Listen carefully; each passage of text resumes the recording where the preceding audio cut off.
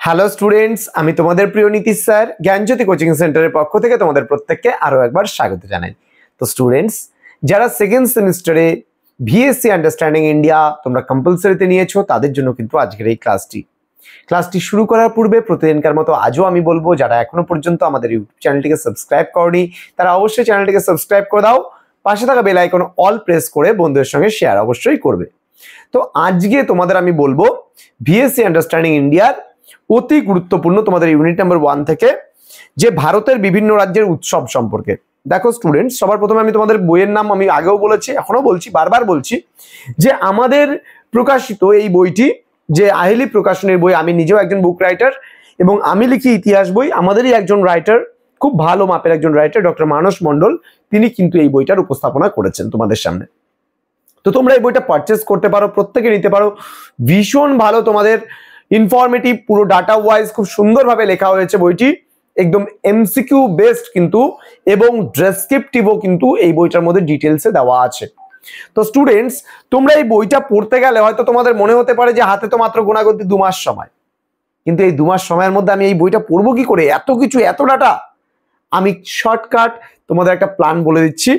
দেখো, বইটা খুললে পারে, বইটা যদি 36 পাতা খুলো তাহলে দেখবে তোমাদের দেওয়া আছে বিভিন্ন রাজ্যের উৎসবের তালিকা।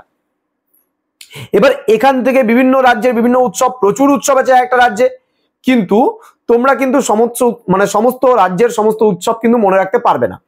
এবার কোন রাজ্যের কোন উৎসব খুব ফেমাস, শুধুমাত্র সেই উৎসবটাই কিন্তু তোমরা পড়বে, তবে কিন্তু পরীক্ষায় একদম 100% উৎসব থেকে যদি কোনো প্রশ্ন আসে তুমি কিন্তু কমন পাবেই পাবে। তো তোমরা যদি আমাদের কাছে সরাসরি অনলাইনে পড়তে চাও তাহলে অবশ্যই ডেসক্রিপশন বক্স থেকে নাম্বার নিয়ে আমাদের যোগাযোগ করতে পারো সঙ্গে।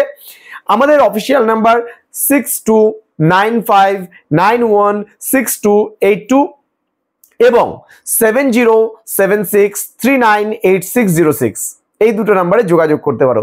এবং তোমাদের নিকটবর্তী এলাকায় যদি এই বইটা পাওয়া না যায়, আমাদের ফোন করে জেনে নিতে পারো তোমার আশেপাশে কোথায় এই বইটি তুমি পাবে, কোন বইয়ের দোকানে তুমি এই বইটি পেতে পারো। তো স্টুডেন্টস, চলো শুরু করছি আজকের ক্লাসটি। দেখো, সবার প্রথমে আমি তোমাদের বলবো যে অন্ধ্রপ্রদেশ রাজ্যের ব্যাপারে। অন্ধ্রপ্রদেশ রাজ্যে তো অনেক উৎসব হয়, যেমন রামনবমী আছে, তোমার হচ্ছে ব্রহ্মোৎসব আছে, কিন্তু অন্ধ্রপ্রদেশের সব থেকে ফেমাস হচ্ছে একটা উৎসব, সেটা হলো নববর্ষ, তেলেগু নববর্ষ, বা যেটাকে আমরা বলি উগাদি উৎসব। পরীক্ষায় আসতে পারে উগাদি উৎসব কোন রাজ্যে প্রচলিত, ভেরি ভেরি ইম্পর্টেন্ট, তোমাদের বলতে হবে অন্ধ্রপ্রদেশ রাজ্যে, বা অন্ধ্রপ্রদেশ রাজ্যে নিম্নলিখিত কোন উৎসবটি প্রচলিত, তাহলে কিন্তু বলবে উগাদি। ওকে, উগাদি মানে হচ্ছে তেলেগু নববর্ষ। নেক্সট আমরা অসমের ব্যাপারে আমরা জানবো। অসমের কিন্তু সব থেকে ফেমাস হচ্ছে বিহু। তোমরা জানো বিহু নৃত্য খুব ফেমাস অসমের। এছাড়া অসমে কিন্তু প্রচুর জিনিস আছে, কিন্তু আমরা কিন্তু অত কিছু, যেমন আম্বুবাচি মেলা আছে, তারপরে কামাখ্যা মেলা আছে, কালী পূজা, হ্যাঁ, জোনবিল মেলা, দুর্গা পূজা, এত কিছু অসমে হয়, কিন্তু আমরা অসমে এত কিছু মনে রাখার প্রয়োজন নেই। অসমের সব থেকে বেশি ফেমাস যেটা আছে সেটা হচ্ছে বিহু। এই বিহু উৎসবের কথা মনে রাখলে বা বিহু নৃত্যের কথা মনে রাখলে তোমাদের কিন্তু আর কিচ্ছু এখান থেকে পড়তে হচ্ছে না। নেক্সট আমি চলে আসবো উড়িষ্যা। উড়িষ্যার হচ্ছে ফেমাস, যেহেতু পুরী, বুঝতেই পারছো উড়িষ্যায় কি ফেমাস, রথযাত্রা, তাই না? আষাঢ় মাস, এই যে বৈশাখ জ্যৈষ্ঠ আষাঢ় চলেই আসছে, আজকে 25শে বৈশাখ, জ্যৈষ্ঠ মাস পরেই আষাঢ় মাসের রথের মেলা।